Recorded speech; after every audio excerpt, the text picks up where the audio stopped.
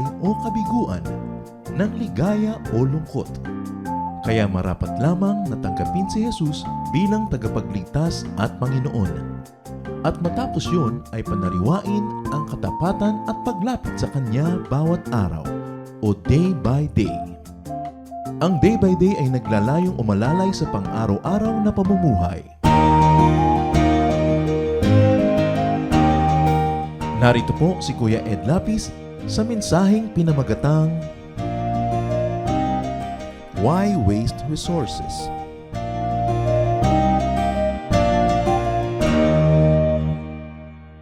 Life is short.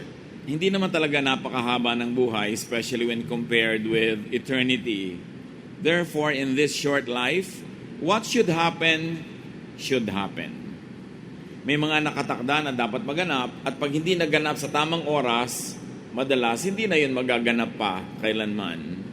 Time and other resources should deliver what they should deliver, should be fruitful, and should not be wasted. Sa iksi ng buhay na ito at sa dami ng dapat mangyari, malasap, maranasan, dapat walang sayang na oras, walang sayang na mga ginagawa ang tao. At yan ang pag-aaral natin ngayon sa pagbibigay ng lalo pang diin. Sinabi ni Jesus that I came that you might have life and have it abundantly, have it to the full. God created us for us to enjoy His love, His creation, His resources. So why waste resources? Salamat Ama dahil kayo ay nagmamahal sa amin at marami kayong inilaan na aming malasap sa buhay na ito. Turuan nyo kami na makilala, makita, ma-recognize sa amin yung mga pagpapala nyo at wala kaming sayangin. Lord, we commit this time to you, asking you to bless us, to lift your name in our midst, to let your light shine upon us. And also, Lord, we ask you to forgive our sins. Cleanse us, make us whole, heal us, teach us. In the name of Jesus, your Son, our teacher and friend, we pray with thanksgiving. Amen. We shall be reading Luke 13, 6-15, a very important parable that the Lord Jesus Christ Himself gave. And we'll begin with verses 6-7. Jesus then told them this story. A man had a fig tree growing in his vineyard. One day he went out to pick some figs, but he didn't find any. So he said to the gardener, "For 3 years I have come looking for figs on this tree, and I haven't found any yet. Chop it down. Why should it use up space?" Yung fig po ay isa sa mga very common fruit trees sa Israel, at ito inaasahan na maraming magiging bunga at itinatanim talaga para mamunga. At sa kwentong ito na ibinigay ng Panginoon, ay merong isang lalaking may-ari ng halamanan, of course, representing God. Laging yung owner ng vineyard, yung king, sa mga kwento, represent the highest authority, who is God. At siya ay merong halamanan, meron naman siyang tagapag-alaga ng mga halaman doon. At sabi ng may-ari, 3 taon na akong pabalik-balik sa puno na ito at panahon na para mamunga, pero 3 taon nang wala rin siyang ibinubunga. Ang mabuti pa, bunutin mo na, putulin mo na dahil sayang ang taba ng lupa, sayang ang espasyo. Alam nyo lalo sa Israel, disyerto doon. Konti lang yung fertile soil. Konti lang ang pwede mong itanim na mamumunga para pakinabangan mo sa buong taon na ang init-init ng summer at ang lamig-lamig ng winter. Sayang ang lugar ng halaman na nasa garden, inaalagaan, dinidiligan, pinafertilize, tapos walang bunga. Sabi niya, bakit uubusin natin ang yaman ng lupa sa isang halamang di naman namumunga? Palakulin mo na, putulin mo na, sayang ang space. So the owner of the garden expects fruits from the plants that use up space, water, and other nutrients. And he is expecting fruit from this plant being taken care of by the gardener. Nag-i-invest sila panahon, oras, precious water, tapos walang bunga. A cultivated tree that does not bear fruit wastes space, nutrients, and care, and other special resources. At ang lesson agad, nakita natin, as represented by this owner of the garden who is supposed to represent representing the owner of the true garden of the earth is God, that this should not be wasted. Dapat yung mga unfruitful trees, putulin, bunutin, at magbigay ng space para sa ibang pwedeng mamunga. Luke 13, 8-9, the gardener answered, Master, leave it for another year. I'll dig around it and put some manure on it to make it grow. Maybe it will have figs on it next year. If it doesn't, you can have it cut down. So medyo nakiusap pa yung gardener. Alam niyo naman, syempre, yung gardener, mahal na rin niya yung mga tanim-tanim niya. Sabi niya, bigyan pa po natin ng palugit, isa pang taon. Dadagdagan ko pa ang paghuhukay ng lupa sa paligid ng mga ugat. It is a very sound horticulture and agriculture process. Pag hinukay mo yung mga lupa sa tabi ng mga ugat, mas may papasok na hangin doon sa ugat, mas magkakaroon siya ng nutrients. So, dadagdagan ko pa po ng mga pataba, mga manure, mga dumi ng hayop, para lalong magkaroon ito ng pagkakataong mamunga. At matapos ko pong gawin yan, sa loob ng isang taon, di pa rin namunga, putulin na po natin ang halamang ito. So the gardener seeks more chances for the plant to bear fruits. The gardener would invest more resources in the plant, but would closely monitor the plant's fruitfulness, and then would chop it down if it continued to be fruitless. Immediately, there are lessons. What are the very immediate lessons that we learn from this story? That investors naturally seek fruits. Gain. Profit. Nagtitinda ka para tumubo. Kaya mga nagtitinda, naku, wala po akong katubo-tubo dyan. Ba't ka pa nagtinda? Umuwi ka na lang. Diba? Parang bola yata yan. Nagsasayang ka ng oras, nagtitinda ka, wala kang tubo. Siyempre, ang may negosyo, gustong kumita, may ganansya. Yun namang mga gustong lagi makadilihensya, ang kinocompute, yung kita nung namumuhunan, laki naman ang kita niya. Kaya nga siya namumuhunan para kumita, para magkaroon ng bunga ang kanyang itinatanim. Yung investor, sabi sa Matthew 25:27, example na naman ito ng Panginoong Jesus, pinagalitan niya yung binigyan niya ng puhunan na hindi tumubo. You could have at least put my money in the bank so that I could have earned interest on it. Nagbigay ang master na naman, representing God, ng iba't ibang laki ng puhunan sa iba't iba niyang tauhan. Merong hindi man lang ininvest yung binigay sa kanya, pagbalik ng amo, walang kinita, nothing. Tinago lang niya sa isang sulok. Sabi ng amo, kung hindi ka man namuhunan, tamad ka, hindi ka nagnegosyo, sana man lang nilagay mo sa bangko. Nagkaroon man lang kahit konting interest. Kasi isosoli mo sa akin, walang-wala. Ayaw ng Panginoon nun. Parang uutangan nyo yung isang tao ng 1,000, ibabalik nyo rin 1,000, pero 10 years ago nyo inutang. Kung inilagay niya sa bangko yun, baka 1,100 pesos man lang yun ngayon, tumubo. Pagka kayo may inutang at matagal bago nyo maibalik, patubuan nyo kahit hindi humihingi ng patubo yung nagpautang.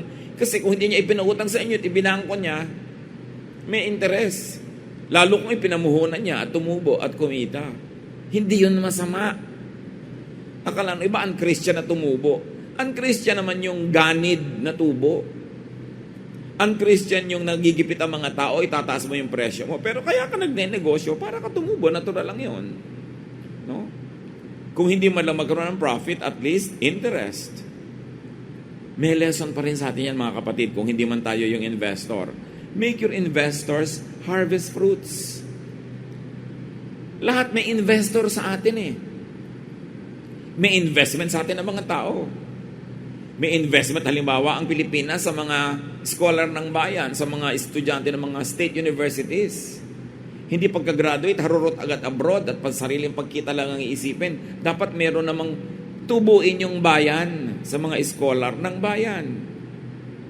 Malaki ang investment ng mga ate, kuya, magulang sa mga batang nag-aaral. Pag natapos naman, kailangan naman bigyan nyo sila ng ganansya. Hindi yung mag-aasawa agad at sariling buhay na lang ang aasikasuhin, hindi man lang nakapagbigay ng tubo sa namuhunan. Sabi niyo, pamumuhunan ba ang pagiging magulang, ang pagiging kapatid? Lahat ay pamumuhunan. Example pa nga ng Panginoon siya mismo, yung Diyos mismo, naghahanap ng tubo Hindi yun masama, yun ang natural. Pag nagtanim ka ng isang buto, tutubo, maraming bunga, mas maraming buto ang makukuha mo. Yun ay natural lang, hindi yun evil. So make your investors gain through their investment. Yun ang tinatawag na pagtanaw ng utang na loob. Every relationship is transactional. Kaya nga ang kasal, tinatawag marriage contract. It is a contract. I contract marriage to gain. You contract marriage to gain. Dapat patubuin kita at ikaw patubuin mo ako. Hindi isa lang yung tumutubo at yung isa nakakalbo dahil pinapanot na siya, kinakalbo siya, inuubo siya nung isa lang, one way. Walang ganong relationship na magtatagal. It is not natural. Dapat two-way ang relationship. May napapala ka sa akin, may napapala ako sa iyo. Although there are times na dahil hindi mo kaya, may sakit ka, mahina ka, may problema ka, puro pagbibigay ang gagawin ko sa iyo, pero darating naman yung time, makaka-recover ka, dapat bumawi-bawi ka. Yun ang godly principle. Hindi yun greed, hindi yun materialism. It is the law of nature. Paul says that even on spiritual work. Kahit sa mga ginagawang spiritual, para rin siyang investment. Sabi ni Paul sa 1 Corinthians 9:10, "This was written in the scriptures so that all who plow and all who grind the grain will look forward to sharing in the harvest." Ano kanyang tinutukoy? Sabi niya, pagka merong mga, binanggit niya yung utos sa Old Testament na pagka merong hayop na naggigiik ng mga trigo, tinatapakan niya yung mga trigo, pabalik-balik siya para matanggal doon sa tangkay at pwede na itong gilingin. Sabi niya, yung mga hayop na yun, hindi mo dapat tatalian ng bibig. Dapat kahit kailan niya gustong yumuko para kumain ng mga grain na tinatrabaho niya, pwede. Pero sabi ni Paul, sa palagay niyo ba sinulat yung batas para lang sa mga hayop? Yun lang yung example. Pero yan ay example para sa ating lahat na sino mang nagpapagod, naghihirap, dapat meron siyang benefit. Kaya sinabi niya sa kanyang flock, 1 Corinthians 9:11, "When we told the message to you, it was like planting spiritual seed. So we have the right to accept material things as our harvest from you." From Paul, the foremost church planter, sabi niya, pinapakain ko kayo ng spiritual food. Aba, dapat pakainin niyo ako ng material food. Saka papakain ko sa inyo, hindi na nga ako nakakapagtrabaho dahil kayo itong inaasikaso ko. Abay, dapat asikasuhin niyo rin ako. Si Paul yun, giving us an example na hindi nakaka-embarrass to expect such things. Because godly relationships are mutually beneficial. May benefit ang anak sa magulang, dapat may benefit din ang magulang sa anak. May benefit ang husband sa wife, ang wife din may benefit sa husband. May benefit sa iyo ang kapitbahay mo, ikaw din, dapat magbigay sa kanya ng benefit. Yun ang makadiyos na pakikitungo. You plant so that you will harvest. Walang nagtatanim para lang magtanim. Nagtatanim siya para umani. And the planted seed should yield fruits. So it is not bad or unnatural for those who plant to harvest. At sinabi rin, Lord, whatever you plant, you will harvest. That is the law of nature. So gardeners and managers are to make the enterprise profitable for the owner or the investor. Nakita nyo, sabi nung may-ari ng garden, ito, 3 taon nang walang bunga, dapat bunutin na yan. Alam niyo, meron ditong unsaid, very obliquely, very indirectly, it was also a rebuke to the gardener.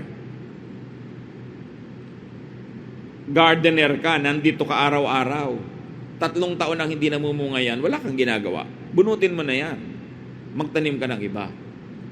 Pag tayo po ay gardener, manager, tayo ay employee, dapat may ganansya ang ating employer. Ginagawa kang manager to take care of the interest of administration, hindi para makipagsabuatan sa mga empleyado na dayain ng administration. Kasi sino ba ang nagpapasweldo sa iyo?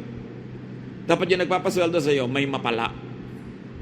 Hindi nakikipagsabuatan ka doon sa mga nasa baba para pare-pareho yung dayain yung nagpapasweldo sa inyo.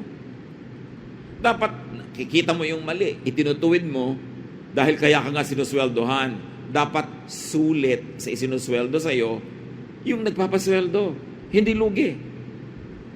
Sasabihin mo, pinapasweldo mo ng konti, ang laki ng kita ng kumpanya, natural. Kaya nga siya namuhunan para tumubo. Alangan namang pinasweldo ka, namuhunan siya, nag-take siya ng risk, tapos yung investment niya, ganun din yung pumasok na income, walang tubo. Ba't pa siya magre-risk?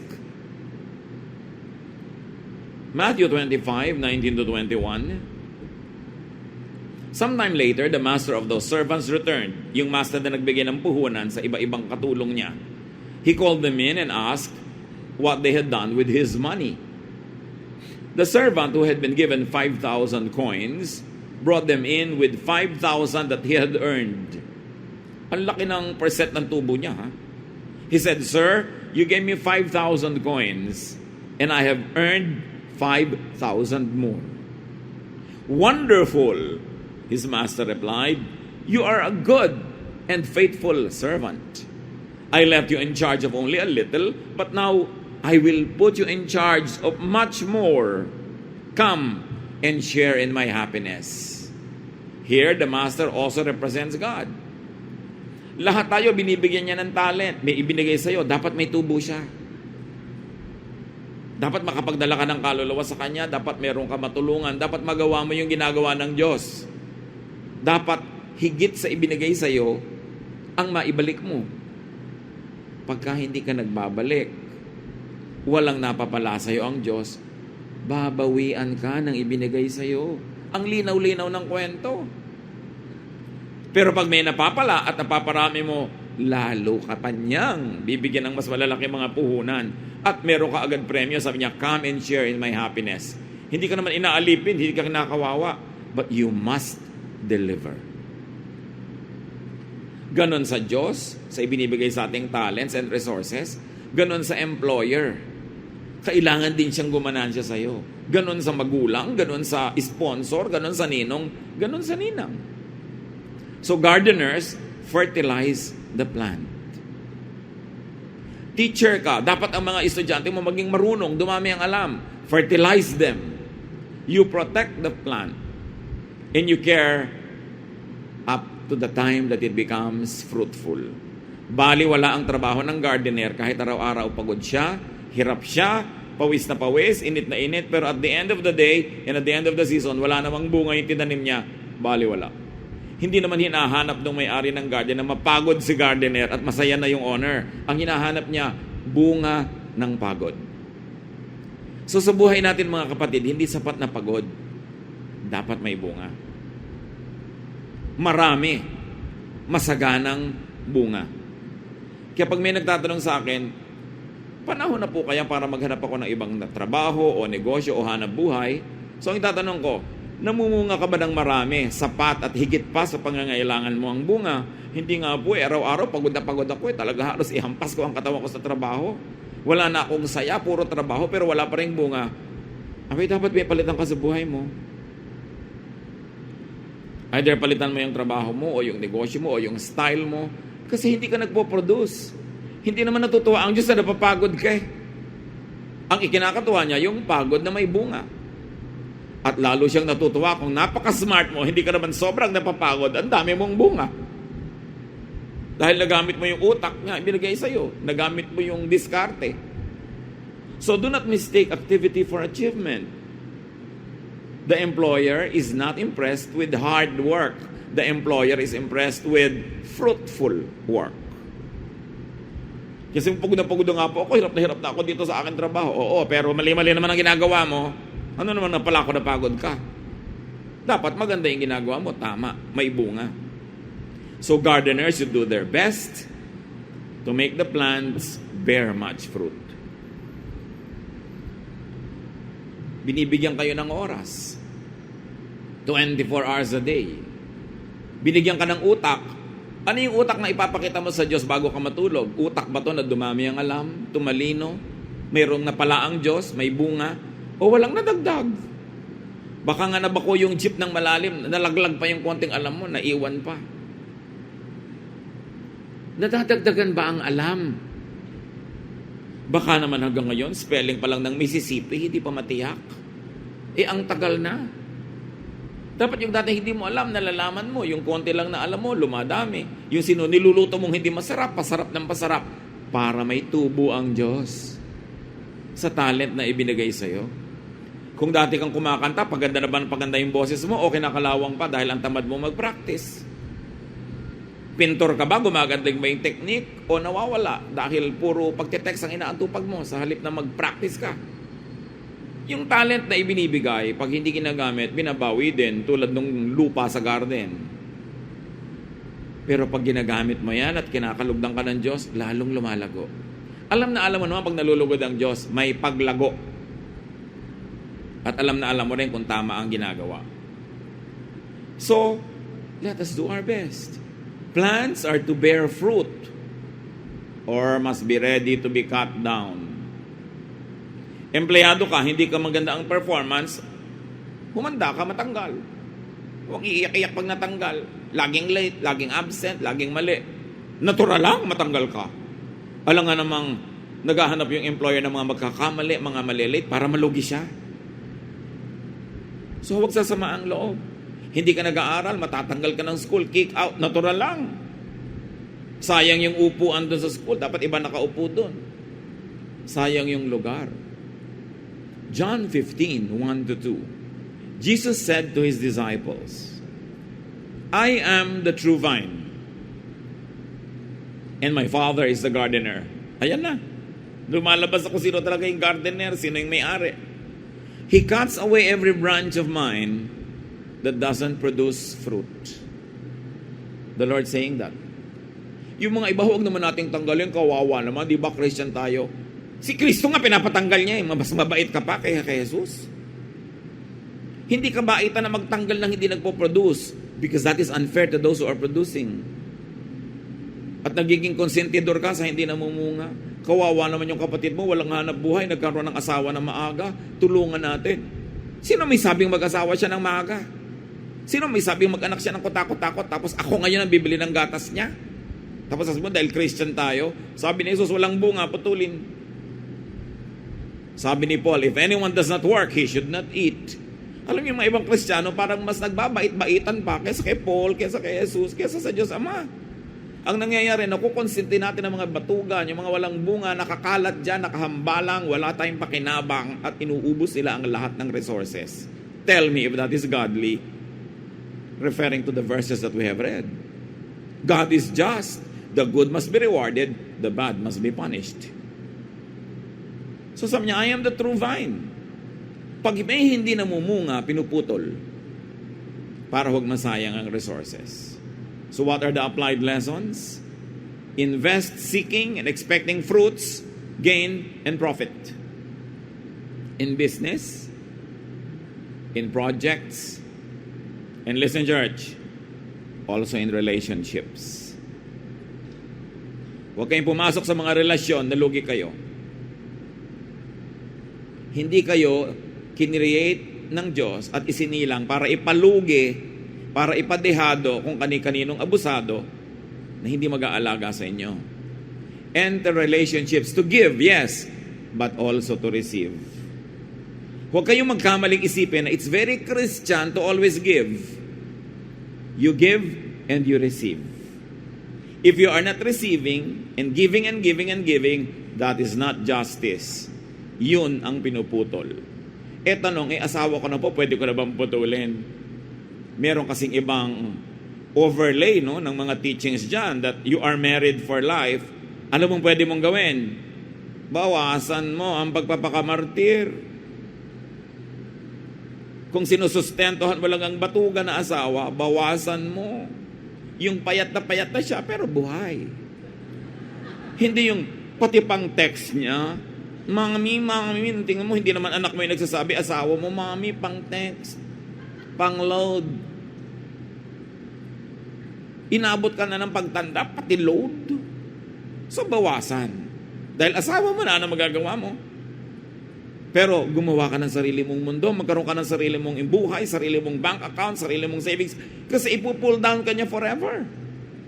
Si Jesus ang may sabi, a branch that does not bear fruit must be cut, But since marriage is for life, what must you cut? Not the relationship, but the amount of support that you give to people who are not producing anything. Keep them just barely alive. No, dapat not one way. Ito ang isang pagkakamali na maraming Kristiyano, akala nila tuwan-tuwa ang Diyos pag sila nagsasacrifice. No, God is not delighted with sacrifices. Sabi niya, obedience is what pleases me. And it is obedience to justice, obedience to what is right, obedience to reason. Hindi ko mo Christian ka, talagang hahayaan mo nang maapi ka, makawawa ka, one way. Hindi yan Christian concept. Kung sino man ang umimbento niyan at ikinabit sa Christian doctrine, ay ewan. Pero hindi yan ang nababasa natin sa mga verses. Dapat mayroong katarungan. While it is more blessed to give, it is also blessed not to give. It is also blessed to receive. Hindi one way. So in a relationship, dapat give and take. Especially ang mag-asawa. Give and take yan. Ganon din ang magulang at anak. Sa early stages, yung anak ang take ng take. Dahil bata pa siya. Sa later stages naman, dapat yung anak ang give ng give. That is a sound relationship. So, brothers and sisters, cut one-way relationships. Except relationship with your parents and children and with your spouse. All the others you can cut. May friend ka, one-way makipag-relationship. There is no friendship. It's an illusion. Cut it. Lalo boyfriend mo pa lang, ikaw na bumubuhay, ano mangyayari pag mag-asawa na kayo? Cut it! Now na! Di ba? Mundo ko masakit po, magtsatsaga ka buong buhay. Putulin mo na yan. 6 na buwan ka lang malulungkot. Then makaka-adjust ka na. Pag hindi mo pa pinutol ngayon, later ka pa malulungkot. Agahan mo na. Pag nakakaramdam kang parang one way to cut it. Business relationship, cut it. Kung wala siyang binibigay na positive inputs, no? You were not created by God to be sacrificed to some unworthy, unloving, and uncaring recipient. So, pagka na lang family and permanent relationships, minimize wastage. Ganyan talaga, asawa mo na, no return, no exchange. Pero pwede mong palitan ng exchange rate. Di ba? Dahil hindi naman siya worth it. So, kailangan meron kang tinitira sa sarili. Hindi ka na niya mahal, ikaw na ngayon na magmamahal sa sarili mo. Hindi ka niya iniisip, ikaw mag-isip sa sarili mo. Pero huwag mong ipakawawa ang sarili mo dahil magtataksil ka sa Diyos na lumikha sa iyo at may magandang plano para sa iyo. Parang kung nag-aasawa ka na lang ng walang kakwenta-kwenta, actually, mga anak, nagtataksil kayo sa magulang nyo. Mga magulang nyo, inalagaan kayo, pinag-aral kayo, gusto nilang gumanda buhay nyo, tapos kung kani-kanino nyo lang ibibigay ang inyong matamis na kung kani-kanino lang kayo pakakasal. Tapos pagka nagkawindang-windang ng buhay nyo, damay din naman ang magulang nyo. Akala mo, mag-isa ka lang na nai-inlove, walang pakialam ang parents. Pagka ba nagugutom ka na, nagkakasakit ka, hindi ka maipagamot ng asawa mo, di ba? Mga magulang mo rin gagawa ng paraan. So in fairness to them and to their investment in you, you've got to be wise in your life. Dahil pag may nangyari sa iyong pangit, damay din sila. So kailangan tayo mga manager, mga participants, make the enterprise profitable for our investors. Leader ka, pinagbigyan ka ng Diyos ng Bible study group. Binigyan ka ng church, dapat lumago yung mga tao doon para mag-profit ang Diyos. Kasi dadami ang acts of goodness and godliness kung well-fed ang mga tao at nag-grow. Nakikinabang ang kalangitan. So give benefits to your partner. Let's be more personal now. Kayo magulang, kayo anak, kayo asawa, kayo kapatid, kayo employer, employee, whatever. May benefit ba talaga yung investor nyo sa inyo? Give benefits to your caregivers, to your gardeners. Because whether you like it or not, relationships are contractual. They are transactional. Sabi ni Lord, do what I tell you and I will bless you. Give your full tithes and I will bless your business. I will bless your farm. Laging you do something, I do something. Even a relationship with God is transactional. Obey and the Lord blesses you. Laging two-way yan. Hindi kailangan na one way. So be fruitful and useful or be ready to be asked. Kailangan fruitful ka, useful ka, o handa ka dapat na masibak. Be fruitful, be useful, or be ready to be asked. That is very, very natural. To be asked from resources, from connection, from privileges. Walang kinalaman niya sa salvation, ha? Hindi ka na-cut off from salvation. Permanent yon. Naka-cut off ka from blessing. Naka-cut off ka from anointing. Naka-cut off ka from further fruitfulness. But your salvation is eternal. Because it is in the hands of Jesus. It depends on the performance of Jesus, not on your performance.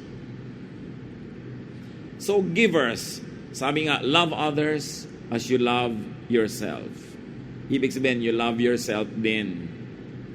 So, free yourself from one-way relationships, from unfruitful arrangements, from losing propositions. Sabi sa Proverbs 6:1-5, sa isang nagkamaling nag-guarantee ng utang ng iba, my child, suppose you agree to pay the debt of someone who cannot repay, then you are trapped by your own words. And you are now in the power of someone else. Here is what you should do. Go and beg for permission to call off the agreement. Do this before you fall asleep or even you get sleepy. Save yourself, just as a deer or a bird tries to escape from a hunter. So sabi, kung nakita nyo, kayo napasubo sa isang transaction na siguradong logi kayo, bago kayo antukin o magpahinga, gumawa kayo ng paraan, putulin ninyo yung usapan para kayo makalaya. Importante yon. Don't always receive the wrong end of a bargain. God has high expectations of you. God wants you to be happy and fruitful, and God wants you to benefit from the transactions that you get into in this life. So be wise, because God expects fruits. Dear God, teach us how to apply this in our lives. Alisin mo rin yung mga mito sa aming utak kung ano ibig sabihin na maging mabait, maging Kristiyano. Turuan mo kami, Lord, to live by the standards of justice, the standards of fruitfulness, the standards of good relationships that you have so clearly taught us. Nawa turuan mo kami, Panginoon, na suriin ang aming mga relasyon, na ang mga karelasyon namin hindi lugi sa amin, may pakinabang. At hindi rin kami nagpapalugi lagi.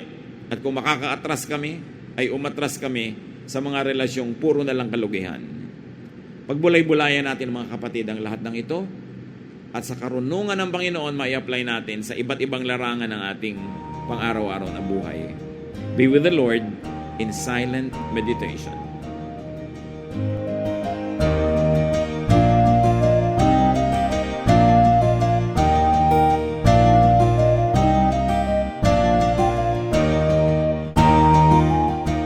Ang katatapos pong mensahe ni Kuya Ed Lapiz ay pinamagatang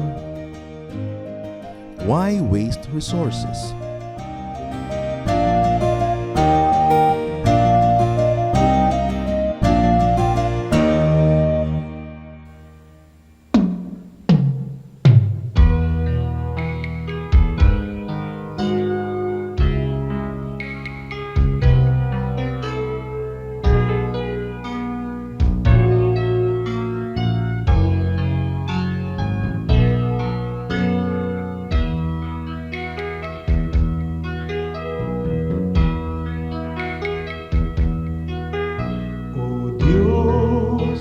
Dalangin ko'y iyong tanggapin, na maging karapat-dapat sa iyong paningin. Kung may pag-aalinlangan ang aking paniwalaan, ay ikaw, O Diyos. Ang kailangan ko'y iba, yung lakas upang di ko natahakin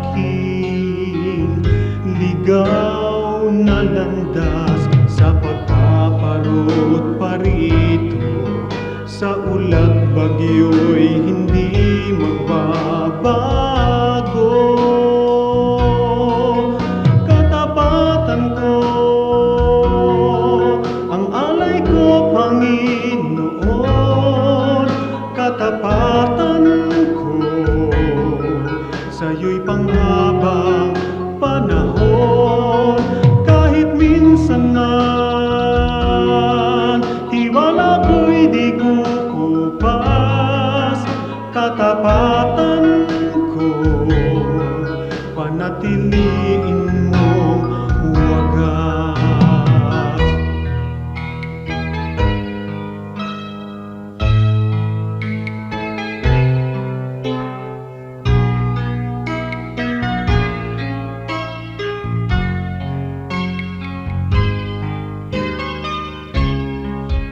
Sa pagpaparot parito, sa ula't bagyo'y hindi magbabago.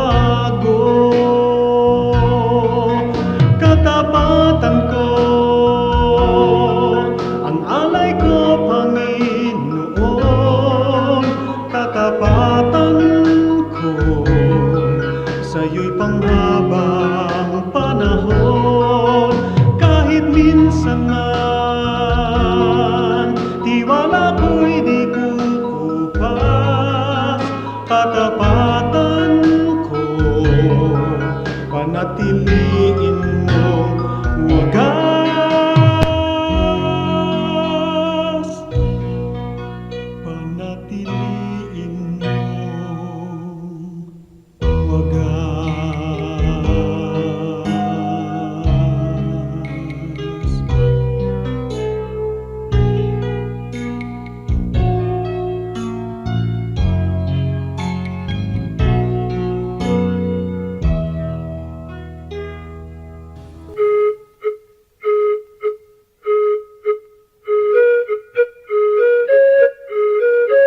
Dumako po tayo sa mga hiyas ng bayan, mga bagay po na maaari nating kilalanin, pag-aralan, ipagmalaki bilang mga Pilipino, hindi naman para magyabang, kundi para magkaroon po tayo ng mahalagang pagtingin sa ating mga ninuno, sa ating nakaraan at sa ating sarili. Sabi nga po, ang hindi lumingon sa pinanggalingan ay hindi nakararating sa paroroonan. Kaya mahalaga rin naman na atin pong pagbulay-bulayan, pag-aralan, yung mga karunungan ng ating bayan. At ngayon po ang ating hiyas na itatampok ay isang kasabihan. Bakit po hiyas ang kasabihan?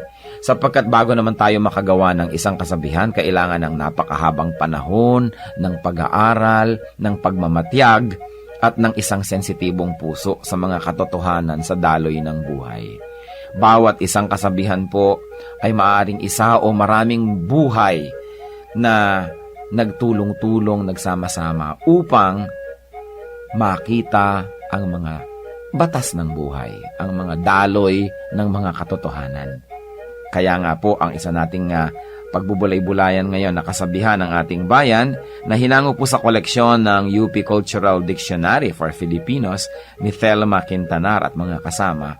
Sabi po ng kasabihang ito, ang bayaning masugatan, nag-iibayo ang tapang. Tama nga naman po. At ito po, kung ibabase natin doon sa kanyang pangunahing kahulugan, yun pong literal, ay totoo naman. Sa mga larangan ng digmaan, yung mga bayani, habang nasusugatan, habang tinatamaan at nagdurugo o kaya po ay lumilipad ang mga punglo sa paligid, ay lalong tumatapang. Yun po yung mga bayani, siyempre may mga duwag na pag nasugatan, umaatras naman. Pero ang mga bayani, pag nasusugatan, nag-iibayo pa ang tapang. Subalit higit po dito sa pangunahing kahulugan nito na yung literal, ay meron pa pong malalim na kahulugan siyempre ang hiyas ng bayan na kasabihan na ito. Na ang taong talagang matining ang loob, ang taong talagang mahusay ang kalooban, ang tao na talagang magiting ang kanya pong pagkatao, habang siya po ay hinahamon ng mga nakapaligiran, habang siya po ay pinipilit na ikulong, ay lalo naman siyang nagpipilit na makalaya. Habang siya'y minamaliit, ay lalo naman niyang pinapatunayan ang kanyang kadakilaan. At habang siya po ay pinahihirapan sa kanya pong pagtatangkang makamit ang kanyang minimithi, ay lalo naman po siyang nagsusumigsa at lalo naman siyang nagsisikap na malampasan ang mga hadlang na ibinibigay sa kanya. Yan po ang tunay na kabayanihan. Hindi madaling matakot, hindi madaling umatras, hindi ningas kugon, hindi madaling panghinaan ng loob, at hindi madaling alisan ng damdaming marubdob upang maituloy ang mga dakilang adhikain. Yan po ang isang tunay na kabayanihan. Hindi madaling pigilin ng mga kalungkutan, hindi madaling pigilin ng mga balakid o hirap. At yan po ang isang tunay na kabayanihan. Yung pong tayo ay magkaroon ng isip na kapag naidalangin na natin at nadesisyon na natin gawin na isang bagay, hindi tayo madaling hadlangan. Habang nagkakaroon ng hadlang, lalong tumitibay ang ating determinasyon na ito'y malampasan. Habang tayo nasusugatan, lalo tayong tumatapang. Yan po ang isang magandang kaugalian ng ating bayan na dapat nating alalahanin. Hindi po yung ningas kugon na sabi ng mga banyaga tungkol sa atin, kundi yung kasabihang ito, ang bayaning masugatan, nag-iibayo ang tapang.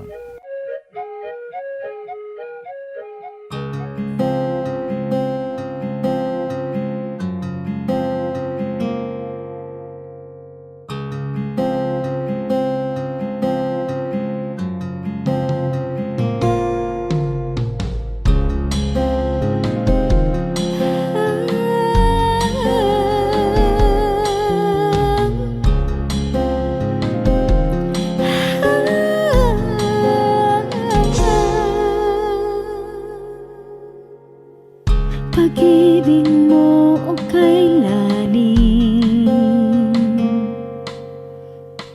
sukat man lumayo'y mahal pa rin. Liparin ko man ang dulong ng langit, sa piling mo pa rin magbabalik.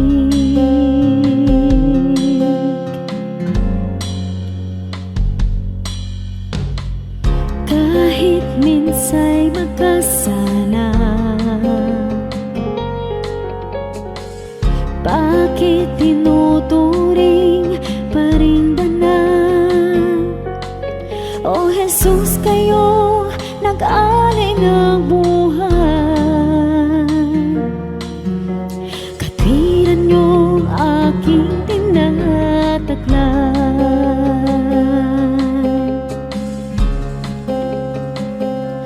O tanggapin,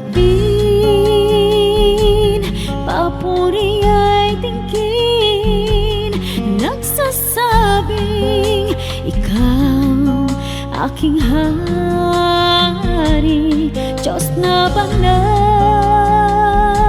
ngalay tinatanghal, kabutihan mo sa'kin walang mali.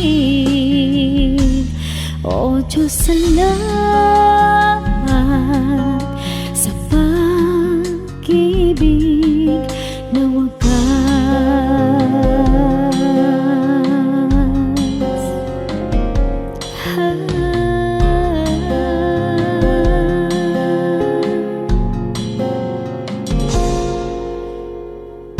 Laging laman itong isip,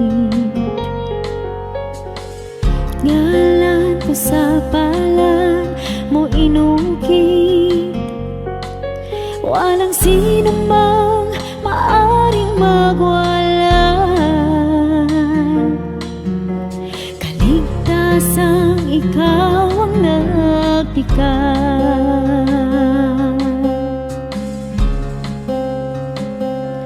O tanggapin, papuri ay tingkin, nagsasabing ikaw aking hari, Diyos na banal,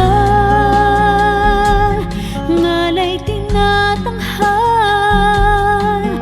kabutihan mo sa'kin walang mali. O Diyos, salamat sa pag pag-ibig na wagas.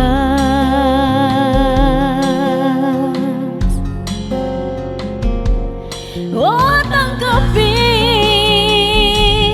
papuri ay tingin, nagsasabing ikaw aking hari,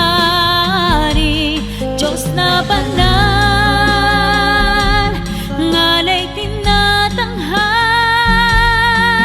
kabutihan mo sa'kin walang maliw. O Diyos, salamat sa pag-ibig na wagas.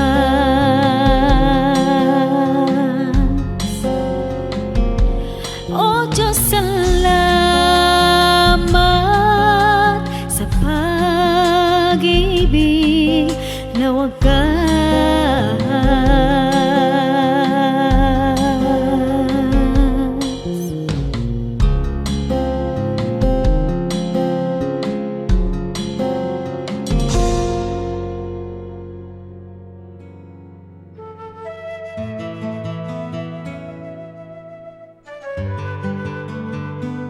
Bakit sa mga okasyon laging may kasamang iba ang imbitado?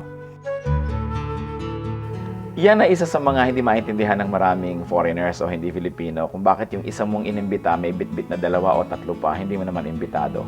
Kasi nga yung sobra nating pagmamahal sa kapwa, ayaw nating tiisin na may pupuntahan tayong masaya o may kainan, tapos may matubong tayo, may madaan ng kapwa, hindi mo yayain. Kaya yung mga Pilipino nagkakaintindihan At yung hindi ka imbitado na dumarating, ibig sabihin din kasi handa ka rin tumanggap ng mga bisita kahit hindi mo sila imbitado. Pero dahil sa mga nagbabagong pamamalakad ng lipunan, kung minsan yung handa, sukat, bilang, mas mabuti siguro ngayon kung hindi ka talaga imbitado, makiramdam ka muna bago ka biglang sumama.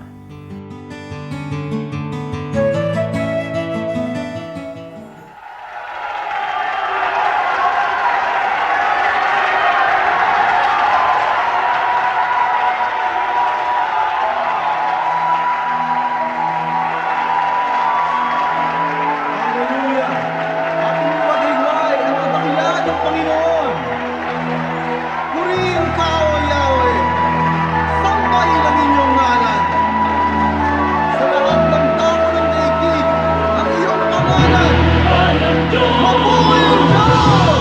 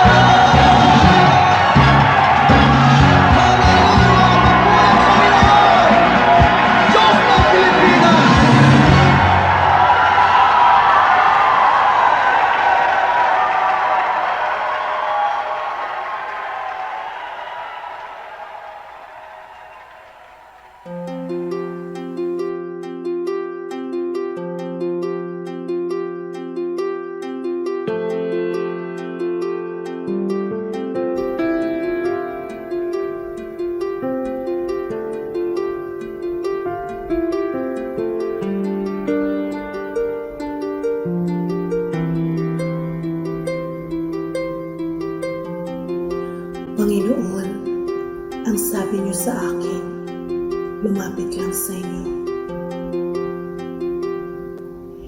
Ibig ko'y diringgin, pasanin ay aalisin.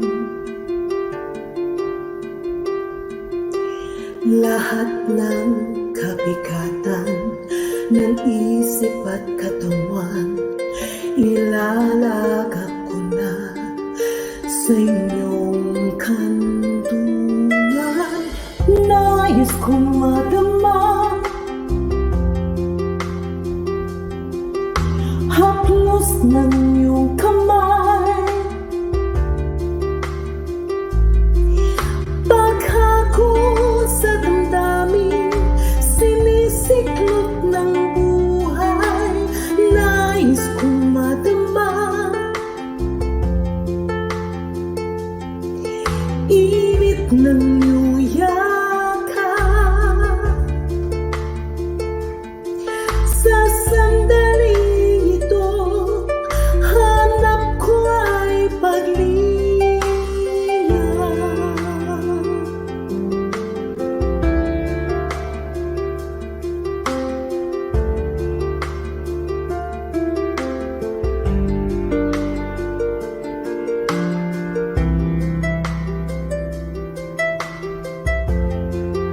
Panginoon, tinatanggap ko po ang inyong paanyaya.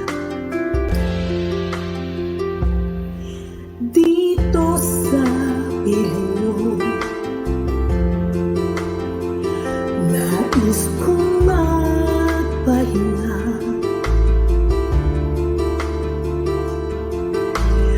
Ang pagod kong puso, naghahanap ng ligaya.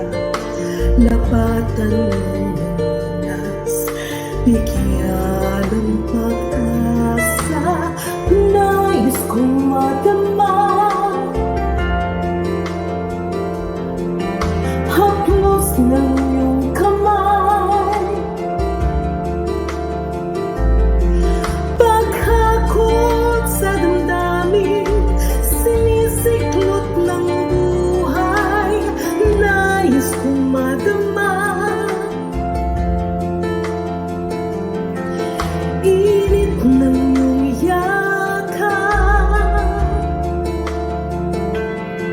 Sa sandaling ito, hanap ko ay paglinga.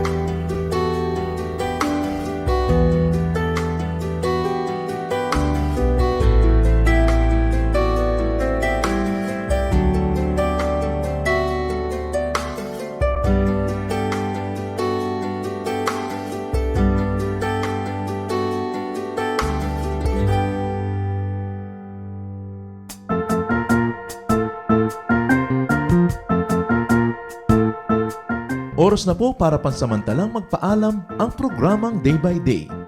Tayo po'y magsama-sama tuwing ika-6 hanggang ika-7 ng umaga, araw-araw. Magandang umaga po at mabuhay ang Panginoong Hesus!